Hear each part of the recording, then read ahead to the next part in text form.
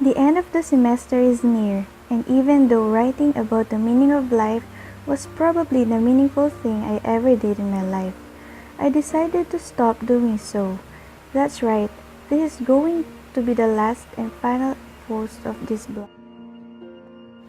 Writing a blog about the meaning of life proved to be very special for me. At first, I tried so hard to give insight to other people about the meaning of life that I was completely neglecting myself. I was so preoccupied with reading philosophical articles and conveying their meanings to other people that I just failed to realize that all this critical thinking and analyzing is benefiting me just as much as any other reader of my blog, or even more. After carefully analyzing what we should believe in, I remember saving the document and just stopping there for a couple of minutes and thinking about what I believe in.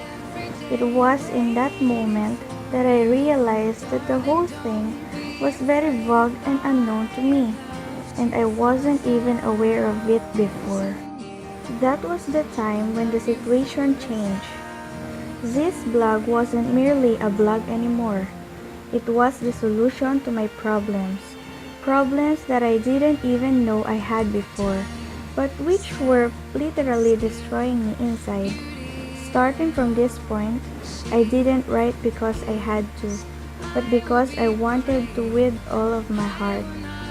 The ignorance I had been facing was slowly being replaced by knowledge and intellect, which were increasing more with every post I made.